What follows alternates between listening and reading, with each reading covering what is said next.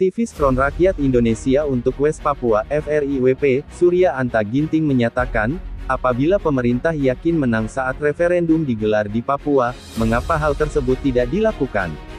Katanya beberapa waktu lalu Menko Polhukam, Mahfud MD menyatakan pemerintah akan menang saat referendum dilaksanakan di provinsi tertimur Indonesia tersebut.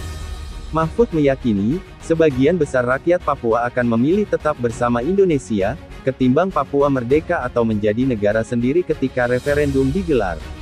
Kalau pemerintah yakin, Mahfud MD yakin kalau diselenggarakan referendum pemerintah akan menang, kenapa tidak dilaksanakan? Malah meluas dengan melabeli teroris kepada TPNPB, Tentara Pembebasan Nasional Papua Barat, kata Surya Anta Ginting dalam diskusi daring, Jumat tanggal 27 Agustus tahun 2021, malam.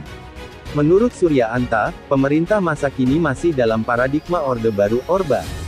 Tidak membuka cakrawala bahwa masalah Papua dapat diselesaikan apabila dilaksanakan referendum. Ia pun berpendapat, Indonesia tidak mau melepas Papua menjadi negara sendiri, sebab ada dua alasan.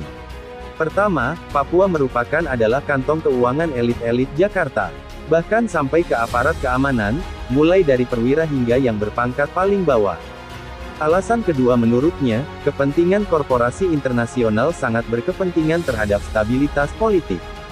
Hal itu dinilai akan menguntungkan stabilitas ekonomi mereka. Ia berpendapat, eksploitasi sumber daya alam di Papua akan lebih menguntungkan korporasi internasional, kalau Papua tetap bersama Indonesia.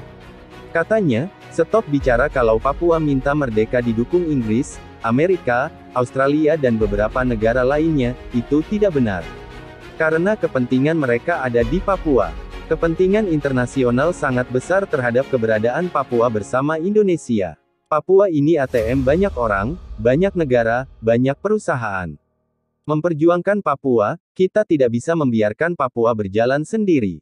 Kita harus pakai slogan, kalian tidak berjalan sendiri, ucapnya. Sementara itu, bekas Kepala Badan Intelijen Strategis atau KABAIS, Soleman B. Ponto mengatakan, para pihak jangan mengatasnamakan rakyat Papua, untuk menuntut referendum. Sebab, tidak akan pernah terjadi lagi pemungutan suara ulang menentukan posisi Papua, lewat referendum. Tidak akan pernah ada pemungutan suara lagi. Status Papua, sudah final, sudah selesai. Kita laksanakan saja otsus. Jangan samakan Papua dengan tim-tim, sekarang negara Timor Leste, kata Soleman Ponto. Menurutnya, sebelum penentuan jajak pendapat di Timor Timor ketika itu, belum pernah dilaksanakan penentuan nasib sendiri di sana. Tim-tim belum pernah penentuan nasib sendiri dan itu tercatat di PBB Perserikatan Bangsa-Bangsa. Di Papua, sudah pernah dilakukan penentuan pendapat rakyat PPRA. Apapun hasilnya, mau dikatakan sah atau tidak tapi bagi PBB itu sah, ucapnya. Ia menegaskan, pemerintah Indonesia takkan mau mengalah dalam mempertahankan Papua. Lihat di Aceh, begitu keras, tapi pemerintah tidak mau mengalah dan hadirlah perjanjian Helsinki. Kalau di Papua kita masih berbicara dengan senjata, senjata takkan selesai masalah, ujarnya.